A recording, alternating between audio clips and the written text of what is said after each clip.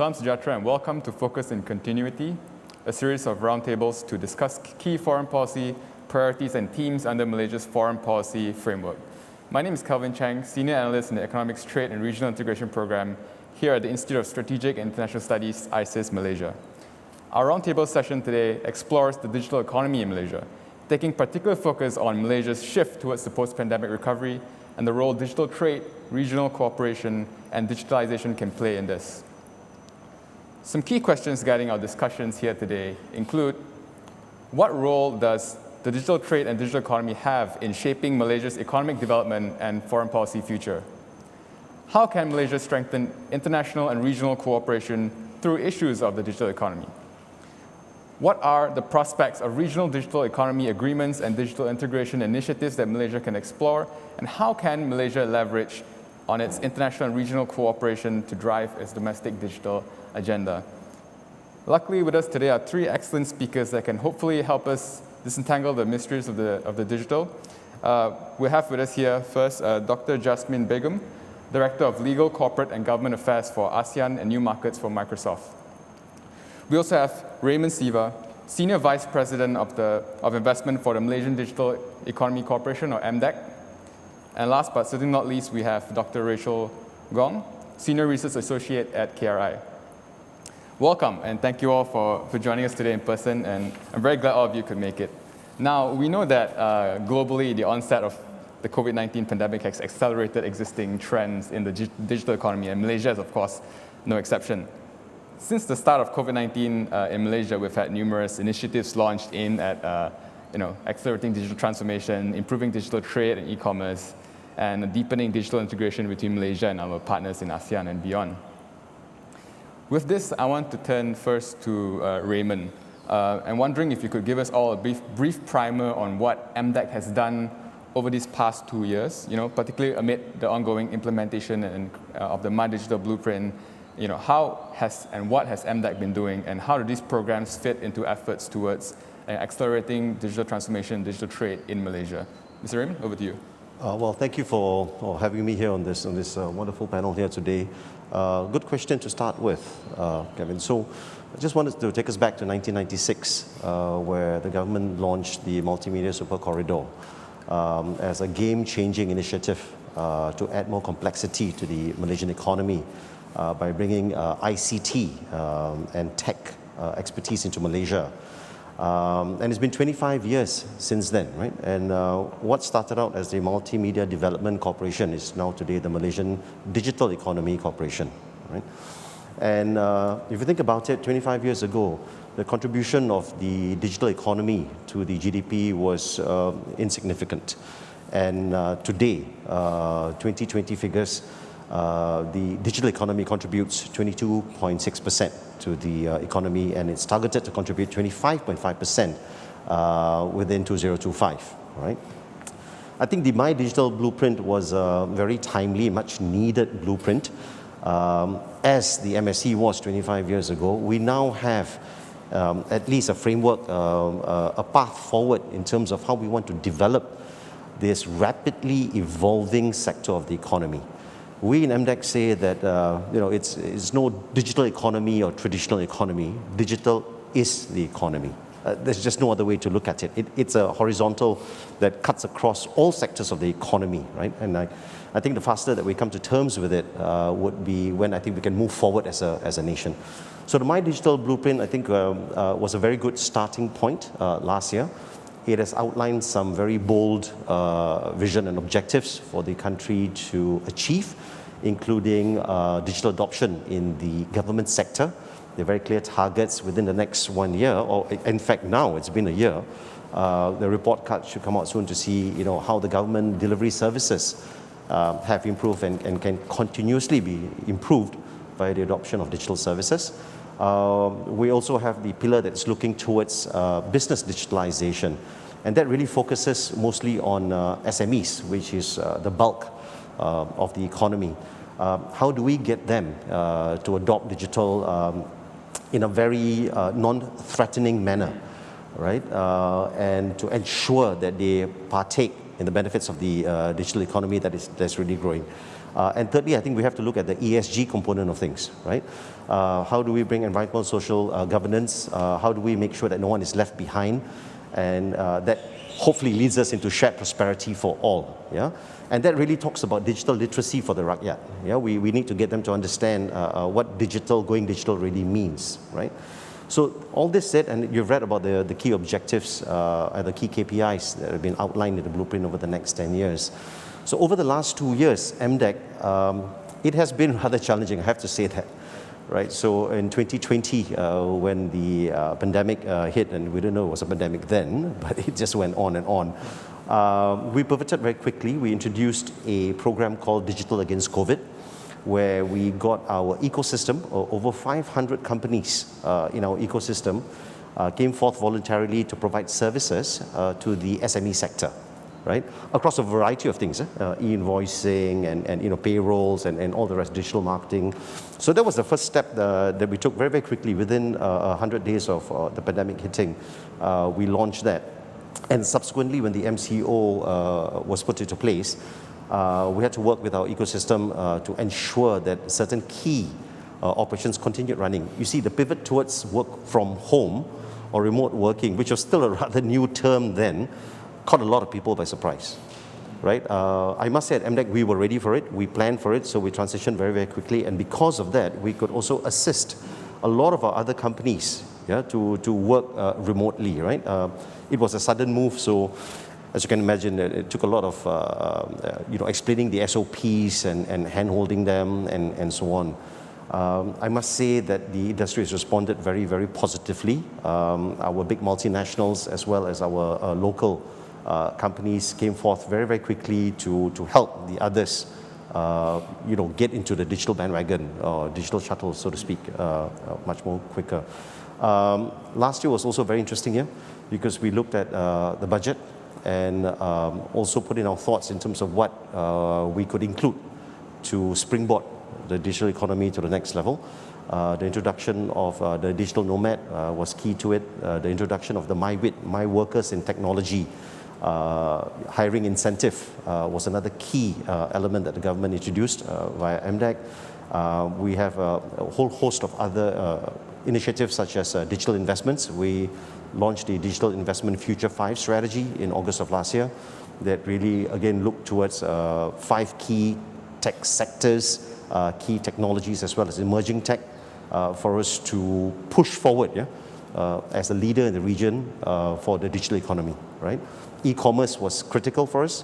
As you can imagine, a lot of the SMEs were looking at ways to continue with the business, and e-commerce became such a critical component, and that is reflected in the growth of the e-commerce space over the last 2 years as well, and through the National E-commerce Strategic Roadmap that MDEC is leading together with MITI. We have managed to create quite a number of opportunities for local SMEs to onboard themselves into e-commerce and also trade. Right? Can I leave it to you on that note? Thanks for that, Raymond. Sometimes I think it's good to look at how digital policy has changed from MSC back then and ManDigital now, and as well as bringing the additional dimension of the COVID-19 pandemic as well. Sometimes I think there are so many programs, for digital initiatives, and it seems like a new one's being launched every week. So it was good to hear everything being put into context. Now I want to turn to sort of the regional aspects and maybe a little bit on digital integration, digital governance. And Dr. Jasmine, I wonder if you could share some of your thoughts on maybe on the regional aspects of the digital economy issues, particularly on digital standards, governance, how it affects Malaysia.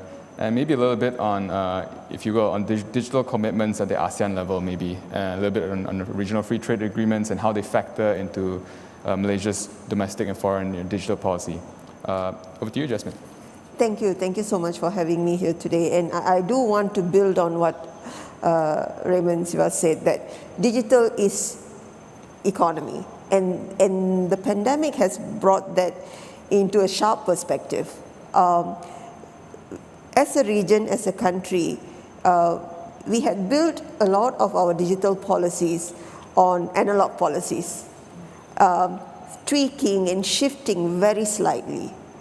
But the current situation and the current environment has has, just not moved Malaysia, but regional multilateral forums, international organizations, and globally to to relook at how we actually do digital policies. Right? You need to build digital native policies, ground up, organically, and not use analog policies and sort of do a bit of a bolt-on and say that, hey, this is now digital policy. And I think that was a big realization that we had with the governments around the world.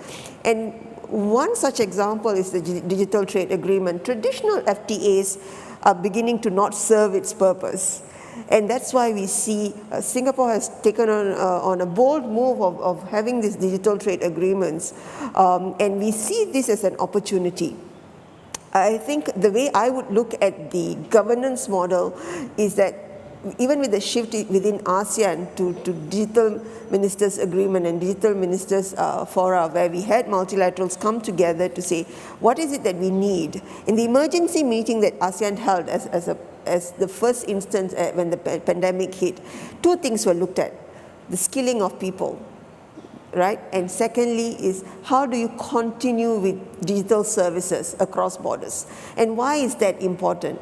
I think when ASEAN introduced the fact about the mutual clauses and why it is important that the privacy shield is such an important part of all of these countries, given that one of the most important element of whether it is the Personal Data Protection Act of Malaysia or Singapore or Thailand or Indonesia is that the regime, the privacy regime has to be at a certain standard for your data to be able to be mobile.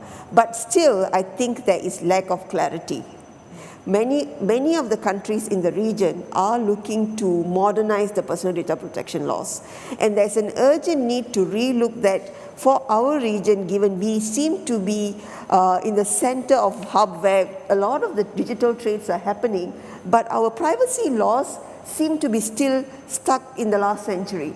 And here is where there's an opportunity. And I think Malaysia has that opportunity to not only leapfrog on privacy laws, but tie it to the cybersecurity laws. And I think, again, that is another opportunity. And I think ASEAN as a grouping has now gone deep into looking not only at cybersecurity, but actually cyber resiliency. Cybersecurity used to be a conversation for the IT departments. I think, Raymond, you know this. Cybersecurity, I don't want to know about cybersecurity. Let the IT team handle that. But there is no national security without cybersecurity. So therefore, the issue of cyber resilience is not just on national borders. It is a regional issue. And how do organizations like ASEAN, APEC, and others can come together to talk about cyber resiliency as a grouping, as an international organization. And I think those are opportunities where we as a country need to really relook at our foreign policy, especially when we want to look at issues like nation-state attacks, which are real, right? And I don't think we have gone deep there. I think the other area that we want to look at is how do we actually look at these emerging and leading edge policy issues, and how do we not play catch up? We do realize technology is spreading, technology is expanding at the speed of pandemic, but policymakers are still catching up. And I don't think we can afford to play catch up. I think we need to at least bridge that gap, and especially when it involves leading edge tech, right? Quantum computing, artificial intelligence, whereas we are still debating and arguing about cloud computing. And cloud computing is like electricity, right? I know that in my digital blueprint, the government has set a target of 80% of data to go to cloud. But when it comes to operationalization, there still seem to be a bit of barrier. But this is not one that is peculiar to Malaysia. Across the region, while ASEAN talks about free flow of data, there seem to be still reluctance when it comes to implementation. I think it is important that ASEAN leaders and APEC economies come together and think about how do they do this differently. We can't have a rhetoric of just free flow of data when you have the banking regulators just across the board putting in barriers, or different regulators telco regulators. So I think it is time that we really address the digital elephant in the room. What is it that we do not know, and what is it that we want to overcome? And if digital is economy, and if the region does not take a bold move, I think as a region we will be left behind. As a country, I'm sure MDEC is doing quite a bit, and I know different agencies are, but I think there is more to be done. Of course, yeah.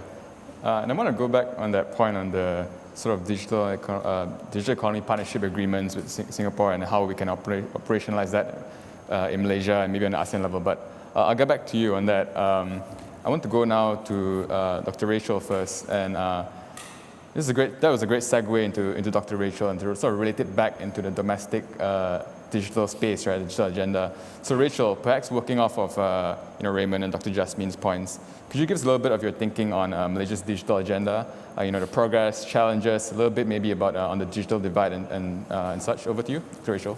Yeah, thanks for the question, Kelvin, and thanks as with everyone else for the opportunity to be here and have this discussion today.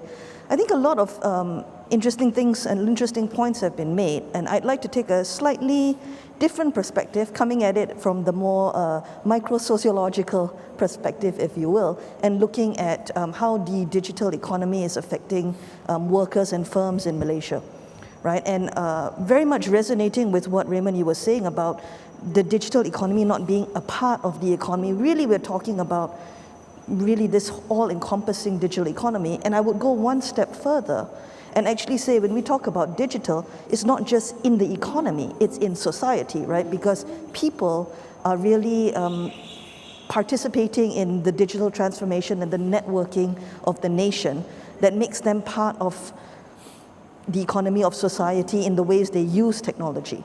So some of the ways I think we've seen tremendous growth in this digitalization of society / the economy has been, for example, in cashless payments. We've seen that pick up so much. I mean, since 2019, where you had 40-something e-wallets that would not talk to each other, and here we are now with an interoperable QR system that banks and e-wallets can all transfer. We've come such a long way, and there's opportunity to go further on that, I think, thinking about cross-border payments and things like that BNM is already working on that could really benefit not just the economy, but all of society as well. So cashless payments being one. I think the thing that might hold us back a little bit, Malaysia-wise, at the firms level, is we still see a lot of our SMEs struggling with back-end digitalization. They've embraced the front-end digitalization in terms of e-commerce and the payments we were just talking about. But when it comes to changing their processes, looking at HR, looking at accounting, looking at financing, there's still a struggle to embrace, what does digital signatures really mean? And I think MDEC has actually done a lot of work to try and educate people and set out the digitalization grants to help SMEs come on board. But I think there needs to be some sort of long-term support. I know there's a lot of effort being made to say you can come to a one-stop center, get the training, get the skills, but then the SMEs go back and they're sort of like, okay, well, what do I do now? And there's no consultant to help. So that sort of long-term support, I think, will really help the local firms, really embrace digitalization. The other thing that's, I think, a bit of a challenge in making us globally competitive, worker-wise, is a little bit of workplace culture. We talk a lot about the skills mismatch. We talk a lot about wage suppression. But I think there's something that often goes undiscussed in the power distance and the hierarchical nature of a lot of organizations in Malaysia that make it hard to really be quick and innovative. And I think MDEC, perhaps Microsoft too, I'm less familiar, I'm sorry, is a little bit more open to the idea of a flatter organization where people feel free to speak up and challenge and put out new ideas. But traditionally, Malaysian firms have been so stuck in this power distance, bureaucratic, the boss is the boss sort of situation that we're not able to run as much as we'd like in order to be truly competitive in the digital economy, I think. And the last point that I'd like to make, coming back around to this issue of data regulations and data governance, which we think is really important at KRI as well, and a lot of the research that we've done really looks towards this governance and understanding that it is cross-border now, that it can't just be Malaysia will make this law, this PDPA, and we'll hold it for ourselves when all our data is being transferred regionally or globally. But there's this idea that a lot of the not just the regulations that need to be made, but public awareness has to be increased on what's going on with all these things, because a lot of people, the tendency is they understand intuitively what privacy is, and they'll say things like, well, I don't want to give out this, or I don't want to give out that if you come to survey them, or if you come to do the census, which is what we rely on for so much policy making. But then they'll give out so much data, behavioral surplus, personal data will all be given out in apps. And that's not going to the public sector to do research, to do policy. That's going to private companies that are profiteering off of them. So that's a global problem, as Dr. Jasmine, you've pointed out, and that's really something that I think needs to be part of the thinking in how Malaysia participates in this global digital economy. So I'll stop there first. Thank you.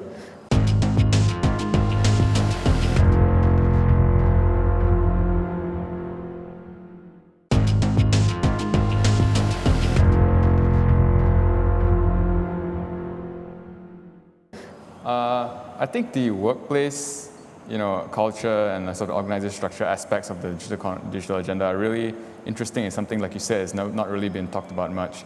Again, I'll follow up on that closely in a bit. But for now, I'd like to just move on to Raymond again. You mentioned the Digital Trade Program and the Digital Nomad Hub Program, which was just announced, and I've heard that it's being discussed in Cabinet right now. And I'm wondering if you have any take on how that is different from, firstly, the My Digital Blueprint, but as well as how it's evolved from the MSC agenda, the MSC policies from before. Great question again. MDEC has taken the lead role as the implementing agency for the My Digital Blueprint. Yeah, there's also the My Digital Corporation, which was formerly called the Strategic Change Management Office, that sits at the Medford IR Council. Yeah, so it monitors the progress on the blueprint. Yeah, with all agencies and ministries involved. So from our part, as we take the My Digital Blueprint down to the ground, we also felt that it's been 25 years, we celebrated a silver jubilee. There needs to be a refresh. And when I say it needs to be a refresh, because things have evolved so rapidly over the last 2-3 years, that perhaps the initial 10 Bill of Guarantees that came with the initial MSC, which has not been refreshed, except for Bill of Guarantee number 5 to take into account the OECD tax requirements for the country, may not be as relevant as it is right now, right? So we relooked it, and the MSC, if you think about it, it's called the Multimedia Super Corridor, right? It started off as literally a corridor. Then, of course, we expanded it. But the initial idea was that MSC shouldn't be tied into a particular location. It is nationwide. The entire country should benefit from the MSC, right? So what we then looked at is to say that we need to democratize access to the benefits of the MSC throughout Malaysia, which means expansion of the location requirement, right? You don't have to be in an MSC center, Cyberjaya, Cyber Cities, and all of that to enjoy the benefits of the MSC, number one. Number two, with the changing tax regime and how people are doing business, the fiscal incentives are not the most important anymore. It's the non-fiscal incentives and the support that a particular agency or government can provide, which is now more attractive, right? For example, regulatory policies, advocacy for regulatory policies, foreign knowledge workers, and many other issues around, say, the startup scene. Can you connect me to the ecosystem so I can grow? Supply chain, can I put it in Malaysia? How does that look like? So all of this come into play, right? So the Malaysia Digital was just announced at Expo Dubai, right? Malaysia Digital now follows the MSC, right? So the MSC brand will be subsumed over Malaysia Digital, right? And so if you think about it, MSC was a subset of the digital economy mandate that we had, right? We started off with the MSC mandate, then it became the digital economy mandate, of which MSC is a part of. Now with Malaysia Digital, it takes everything into consideration, right? And so Malaysia Digital will become the brand for MDEC to move forward to build our digital and tech ecosystem for the industry, for investors, as well as for the rakyat, yeah? Because it's got a very clear component in there called Saya Digital that also looks after the enablement, empowerment of the rakyat to get involved into the digital economy. And this looks at people in the PPRs, people in the marginalized area. So we're quite excited with the rollout of the 5G eventually, and also satellite connectivity and what it can do for our people and also people within the ASEAN region. Now, within the Malaysia Digital is the two catalytic initiative that has been announced, which is the Digital Trade Initiative as well as the Digital Nomad, right? These are the first two, right? There are others in the pipeline, or these are the first two that have been announced. Now, Digital Trade, if I may, really talks about digitally enable trade in goods and services, right? Across the region, across firms, across societies, across government, right? And that is really reliant on the free flow of data, right? Or at least I wouldn't say free flow of data, the movement of data that is required to make this trade happen, right? And I think Dr. Jasmine is spot on in the sense that we need better interoperability of systems, you know, the harmonization of standards that is required so that data can move within at least the ASEAN region.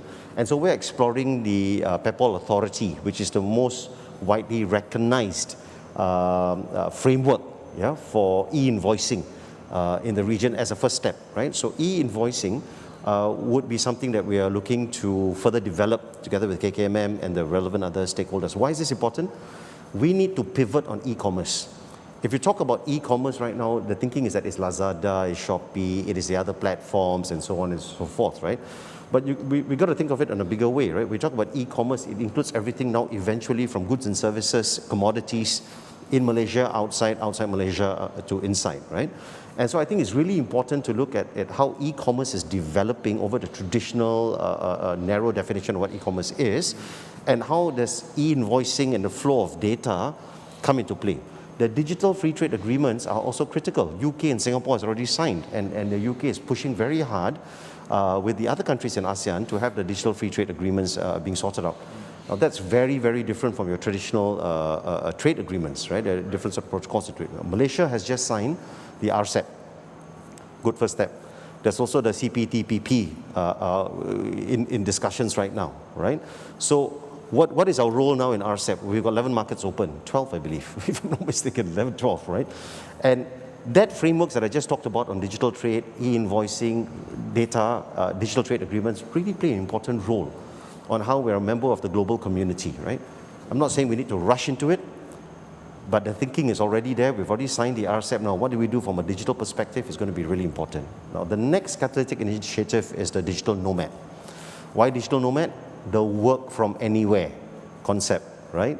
The great resignation, as we all heard about, right? People don't want to come back to a physical office to work. They're resigning en masse, right? So how do we tackle that issue? We feel that the Digital Nomad program is a very relevant, timely program because it also enables Malaysians to work remotely, number one, right? So you can go to Langkawi, you can choose Kota Kinabalu, you can go down to Johor, up to you, right? And companies should be able to accommodate that now with the infrastructure that we have, as long as you deliver it on digital tools that we have. You have Slack, you have Microsoft Teams, and you've got so many other things to do your work remotely. Right. That also means you start catalyzing transfer of technology from people like, in the digital sectors. You're moving out to other less developed area and starting their own little hubs and communities down there that can do the work. Also catalyzing tourism, also catalyzing cashless payments in these different areas, right? So that's remote working. Number two on Digital Nomad is freelancers. Very different from remote working. This is where the likes of people from Bali, Thailand, Singapore can look at Malaysia as a much better base to work freelancing. I'll give you a quick example. Blockchain development can be done from anywhere in the world, right? And our blockchain developers are among the best, from what I understand, speaking to the community, serving all the big guys. We got a company called CoinGecko, which is almost a unicorn, based here. right? So it's this kind of areas, new areas that we perhaps would have missed traditionally, right? Yep. And freelancers now can come and use Malaysia as a base. 60% of the income is usually spent in a country. So if you think about it, we can become the preferred digital nomad hub as well, right? That's generally very interesting, and yeah, working in Langkawi seems like a very good prospect right about now for all of us, I'm sure. So moving back to that issue on FTAs, Dr. Jasmine, you mentioned, and Raymond, you've mentioned as well, sort of the harmonization of standards, interoperability of standards, and how FTAs need to change, right? And how the Digital Economic Partnership Agreement is one such way or one such innovation. We've seen paperless trade issues being discussed and so on and so forth. I'm wondering how we can move forward as a country towards that front and what are the prospects to get there. So let me give you an example, right? That is urgent, and I think Raymond spoke about incentives that investors are looking for, especially in regulatory area. I think from a fiscal perspective, tax incentive, which country doesn't give you tax incentive? So it's what is that competitive edge that we are looking for. Let me give you an example. For data center investors, the hyperscale data center investors, like huge, when MNCs like Microsoft go into countries with a hyperscale data center, one of the biggest concern for us is the search and seizure laws in country. Let me give you an example. When we establish a data center, we host data from not only Malaysia, from around the region, from around the world. And that's how hyperscale data centers function, because of the robustness. And we invest 1 billion in research and development, and we invest 1 billion in also the cybersecurity element of it. But if the laws regarding law enforcement access to data is not brought to the 21st century, and they can kick the door of my data center and take away the data, you can't, because the data is sharded, and so you can, even if you take away my server, you won't be able to access, right?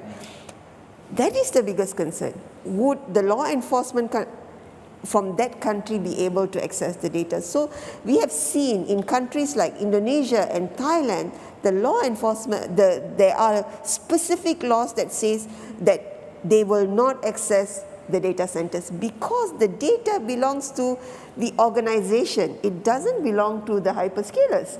The data doesn't belong to hyperscalers. If ISIS puts the data on Microsoft Data Center and the government of Malaysia requests the data from us, or the government of Singapore, or any government for that matter, we would then say, please direct your request to the organization.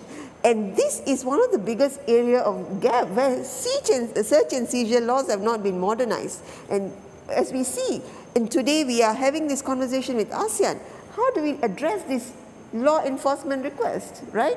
Which is fundamental because data is economy as well, not just digital.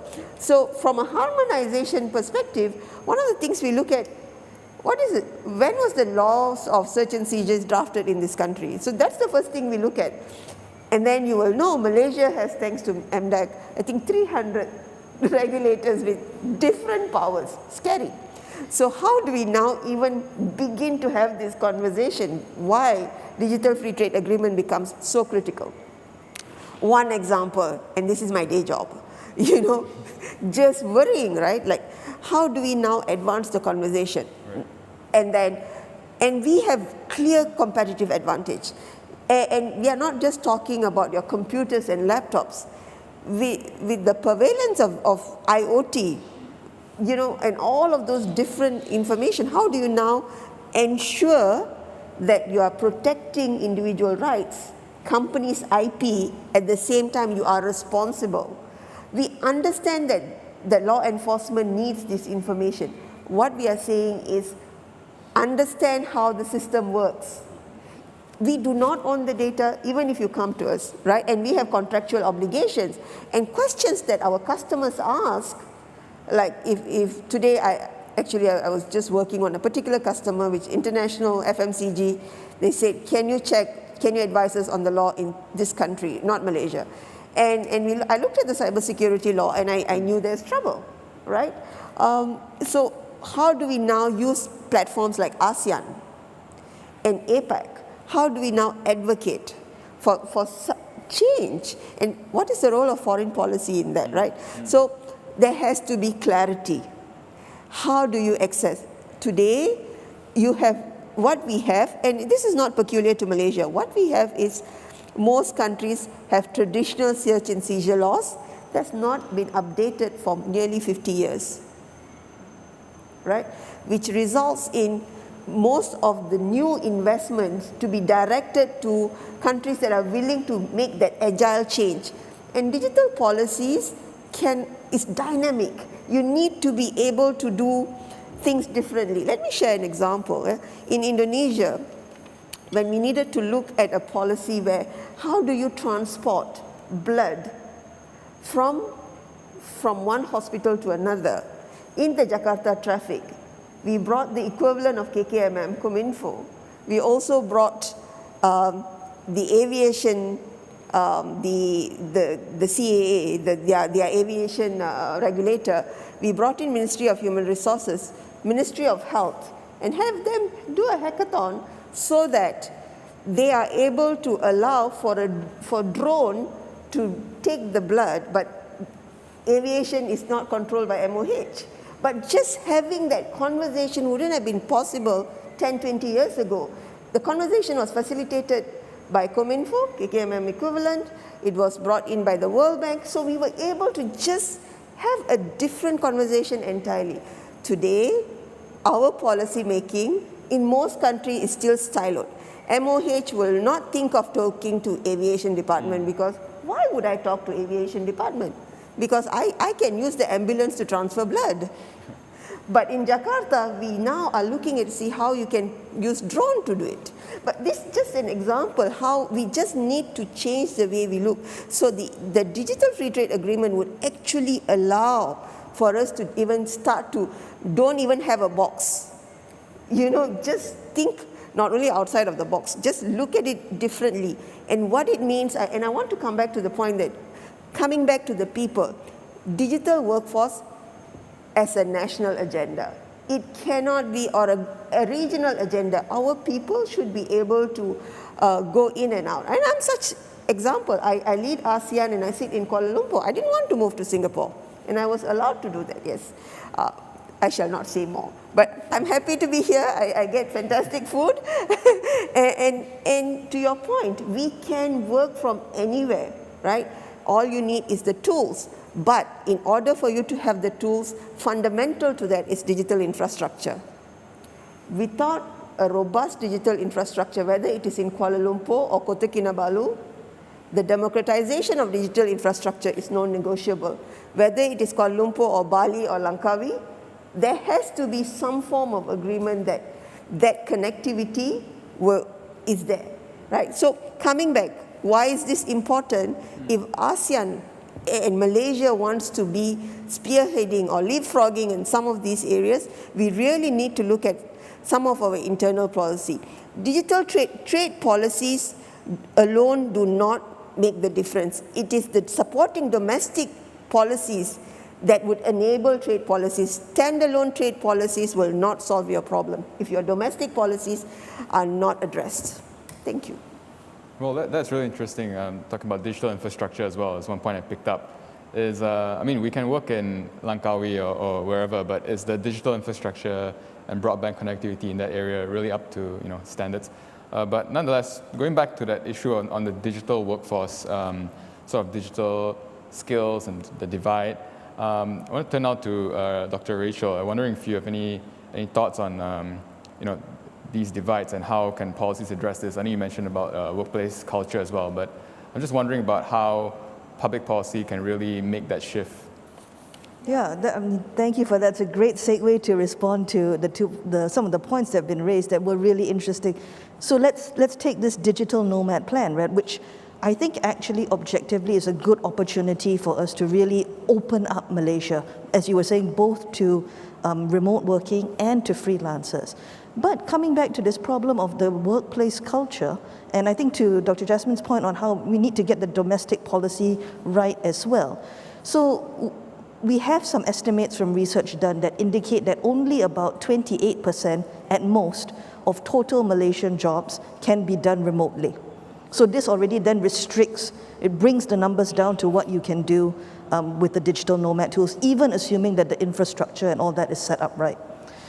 But then add to that the fact that you have this culture where bosses are quite likely to say, especially to your mid and lower middle level employees, that nope, you're not allowed to work remotely. Please come in, 4 days a week, 3 days a week, something like that, even if we do allow you to work 1 or 2 days, which makes the digital nomad not sustainable, right? The idea is great, but the implementation is going to be problematic. And again, it's coming back to this culture of bureaucracy, of power distance, where if you're in a higher level of management, perhaps you might be allowed a bit more flexibility to take advantage of the program that you're speaking about.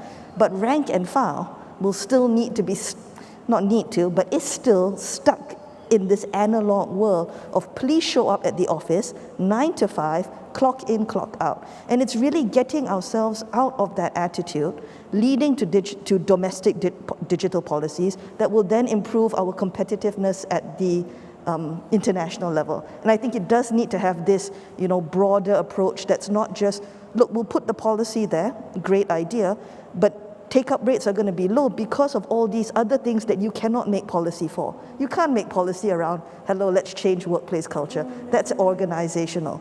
And how do we inculcate that? How do we develop that among our digital workforce to make us competitive?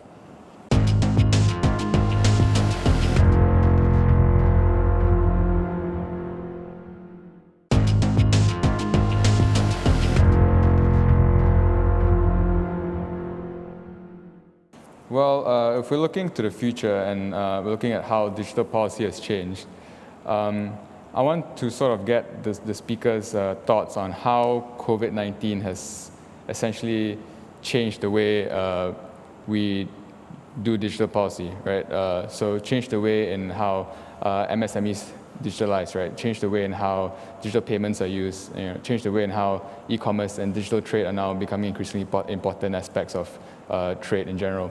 So I guess if we could just go around and get a few comments on that front. I would like to see this as an opportunity for us to hit refresh. And almost all of the countries in the region are at a reset, It doesn't matter whether you're Singapore or Myanmar, but we are all hitting reset. And as we hit reset, one of the biggest opportunity that we see is the opportunity to mainstream people with disability into the economy. And I see that as an opportunity because that is a digital workforce that has always been marginalized.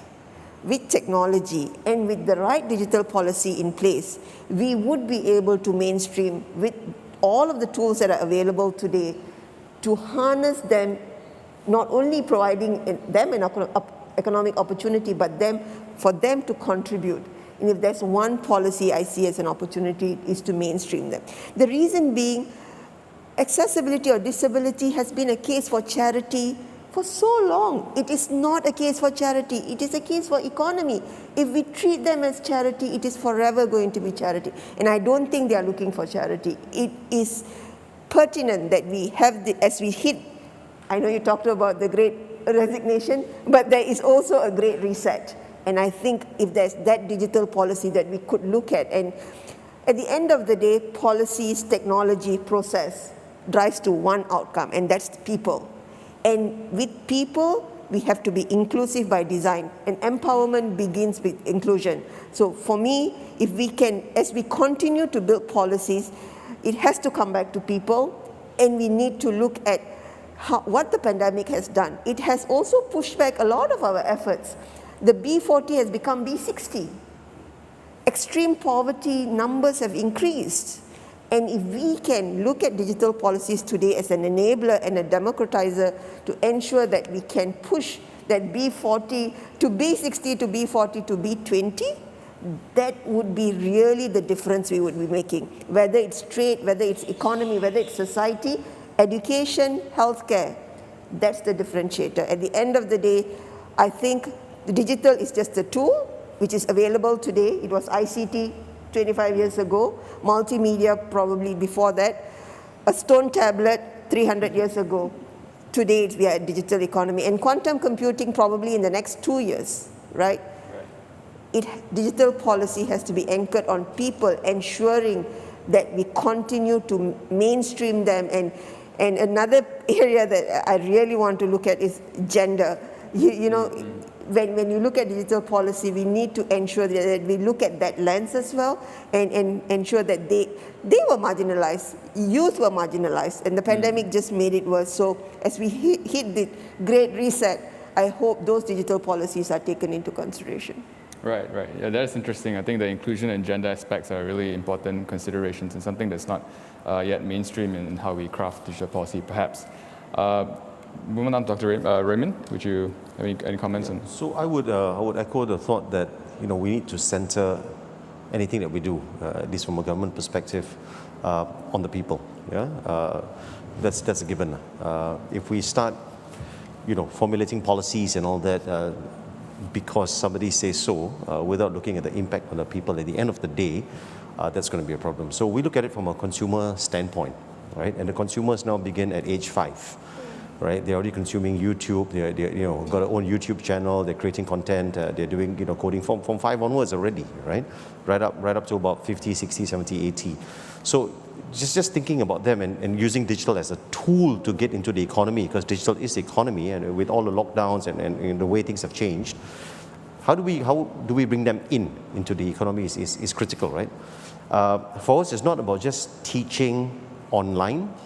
It is teaching the right sort of skills to thrive in a digital economy, right? Which is also important. So simple things like coding, how to use WhatsApp for social commerce, how do you upload photos into your e-commerce site? It's simple things that we take for granted, but a lot of people find it quite difficult to do, right? Because they don't have the right devices, or they don't have the right connectivity, or they don't know how to do it. So those are the basic literacy, for the consumers, right? We really need to ensure there's enough there from the K-12 right up to the university level. I'm a big fan of micro-credentialing, right, in school, because think about blockchain, right? For example, you're starting, say, now in year 1, year 2. By the time you go to year 4, blockchain development would have completely changed. Your 4-year computer science degree doesn't teach you how to do blockchain development. It's off, right? So if you go into the model of, let me graduate out of school, let me do a 4-year, by the time I'm 21, I get into the market, things sort of completely change, and you're learning from a syllabus that is 10 years ago. It is not updated, right? So this is why I strongly believe that the TVET, the vocational education system, will, if we do it in the right way, like the Germans have done and Australia has done, we will be able to have better graduates. But that must take into account the K-12, right? So you have to ensure that as they go through the school system, they have at least the basics in there, and then you got to graduate them into this. It could be 2 years, on a diploma, whatever it is, and a further 2 years micro-credentialing, working internship in a company, and so on and so forth. I think that mindset needs to change in how we educate our own children in the first place before the government can say, hey, from a regulatory standpoint or whatever policy standpoint, this must change as well, right? Also on the consumers, we're looking at consumers not just as consumers of technology. We also must be developers and makers of technology, right? If we just stay as consumers of technology, we'll be exploited by all the big guns in the world, right? As someone I know used to say, we don't want to become a digital colony where they push all the goods and services into us. We just consume. At the end of the day, there's no value add here, right? So that is critically important that we also reskill the workforce, and ensure that our graduates are coming in are able to become creators in the digital economy, right? And that really means a collaboration between the public and private sector and the MNCs and the local companies, because the transfer of tech knowledge is critical. How we send people overseas, as much as we want the foreigners to come in here and share their knowledge, I think it's critical. What the pandemic has showed us is that we can't thrive in isolation. We just can't, right? And I think we have to recognize that fact, that the digital tools now enable us to connect without flying, without going across borders, enables us to connect. How do we bring them to connect is another issue. Do we have the access to that tools and knowledge how to use that tools to connect for the right reasons and to create? It's a bigger issue that I hope that we can address over the next 5 to 10 years. Now, in 5 years when we have this conversation again, things would have changed tremendously as well. Probably it's not called digital anymore. Right? But I think the important point is centered on the people, digital as tools. How do we bring them together to become creators, not just consumers, right? Right. So, I mean, the aspects of skills it goes to show how, like you mentioned, TVAT, stuff like the active labor market policies, and perhaps even HRDF needs to look at it in a bit of a different angle. Rachel, if any thoughts on how COVID has changed our priorities for digital policies, etc.? Well, I think I will make it unanimous. Yeah, I think it really has brought to the front the need to look at people first when we adopt these technologies, right? This idea that, oh, okay, we'll just go online and everything will be fine, but it won't. There's so much more that needs to be done in setting up the backbone infrastructure, in making sure devices are available, making sure digital competencies are there. Then we can say, okay, we'll use the tech now. But just introducing the tech itself into society, into the marketplace, that alone is not going to do it. And I think the pandemic has made that very clear when we tried to do some of that and then got held up where some people were getting left behind. And Dr. Jasmine, you mentioned the case of, in particular, persons with disabilities. And I think we're still seeing that where there is a genuine effort to, make cashless payments available for them and that sort of thing. But without proper consultation with the people who are using the technology, the people impacted by the technology, there's going to be problems there. So one of the things that KRI has advocated in our work, the principles of digital inclusion and digital governance can best be seen at the policy making level by really getting different stakeholders, more varied stakeholders to the table. I think right now a lot of the policy making is centered around, rightly or wrongly, the digital economy. But as I was saying, and I think we resonate on this, that we do need to get people who may not be the biggest producers in the economy, but are certainly part of the economy. We don't want to leave them behind. We need to get them up to a point where they can contribute meaningfully, and that's where I think there's room to move forward from the policy-making side. Right. If I could just add to that, right? And I think to that agenda, the opportunity is to move away from the idea of smart cities to smart economic hubs and spread it, right? So that it's not centered in the cities. Smart economic hubs will allow for you to have this digital to be more pervasive. And with the agenda of Malaysia Digital, I think that is something we want to. You cannot center it on just cities. And I think, the pakcik in Ceruk Tok Kun being able to access and do his digital business or M-commerce, I think that's, again, another opportunity. So I really agree that the opportunity for smart economic hubs around the country is something we should look at. Absolutely. And that plays into the concerns about regional inequalities and especially on the different regions within Malaysia. So as we draw out the session to a close, I'm wondering if I could get some quick, brief points from each speaker, just on general reflections, last points or key points you want to make. Maybe we'll start with Rachel. Sure, I think this conversation really brings to the fore how important this is to Malaysia's global competitiveness. Right? I don't think we can afford to rest on our laurels. We've come a long way, done a lot of things, but there's lots of room for improvement. And I will reiterate the point on having a diversity of stakeholders at the decision-making table. Something that we have sort of been exploring is this idea of public interest technologists. That is to say, people who are aware of the ways in which technology works, can't be experts on everything because it all moves so quickly, but who also have an eye onto how those technologies are going to affect power dynamics in society, public interest, marginalized groups, and so on. Those people need to be a part of the conversation. And a lot of the times, and I think Dr. Jasmine would know some of this, a lot of the times these people are going to be women, right? They're the ones who have an eye out for this sort of thing. And we really need to, as we say, improve on that, improve on the gender equality opportunities as well. Raymond? I would look at three words: people, we look at policies, and we look at digital technology, digital tools, right?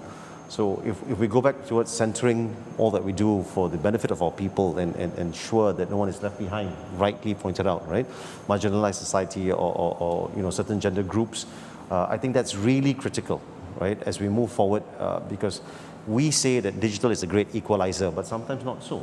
Right? If you don't have access or equal access to digital, then how is it a great equalizer, right? So I think that is really important, right? Between the haves and have-nots, and I'm talking about internet connectivity here, between the haves and have-nots. The last 2 years, those with internet connectivity have managed, I think, to go really far in terms of educating their kids, getting onto e-commerce and doing remote work or freelancing work against those who have not. right? So I think this centering on people, and absolutely right in terms of putting devices into your hands, more towards how do they understand, how do we get a policy into place to get everybody into this inclusive digital bandwagon, right? Number two is the policies, right? So that policies, like we rightly pointed out, is not just so much a trade policy or a business policy, but also a policy that brings our people into the next phase of growth, right? Where digital is the economy. And the third one is digital tools. So I think having addressed 1 and 2, then we're able to see where's a priority for digital technology or digital tools that will enable us to achieve our objective, right? We can't do everything. The private sector should rightly be driving a lot of the other stuff, but from a government perspective, where do we put that resources into key areas or key enablers of the digital economy to ensure the private sector is able then to do what it does best, right?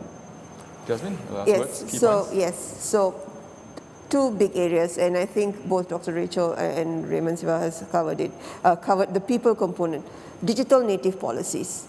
Do not use analog policies and try to tweak it. It's not going to work. Cyber resilience, cyber resilience, cyber resilience. It is not the concern of the IT department. It has to be discussed at the board level, and it has to be discussed at the cabinet. Cyber resilience is under the most important fundamental to a thriving digital economy, and if we do not take that seriously, I think we will have bigger problems to handle. So digital native policies and cyber resilience. All right, thanks for that. And with that, I think that's all the time we have today. Again, this has been Focus and Continuity, a series of roundtables to discuss key foreign policy priorities and themes under Malaysia's foreign policy framework. A big thank you to our speakers, Dr. Jasmine, Raymond, and Dr. Rachel. I'm Calvin Chang from the Institute of Strategic and International Studies, ISIS Malaysia. Thank you and stay safe.